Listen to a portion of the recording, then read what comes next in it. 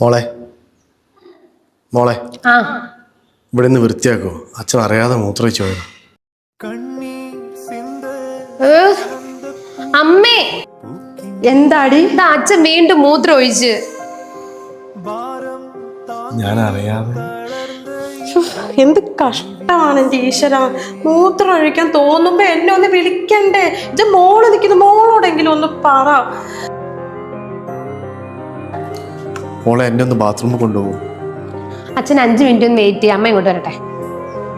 ഒന്നല്ലെങ്കിൽ ഹോം നേഴ്സിനെ വെക്ക്. ആ ദാ വരുന്നുണ്ടല്ലോ നിങ്ങൾ ഈ ഗതിയാക്കിയ കാരണക്കാരൻ. അവനോട് പറ ഇതെല്ലാം വൃത്തിയാക്കാൻ.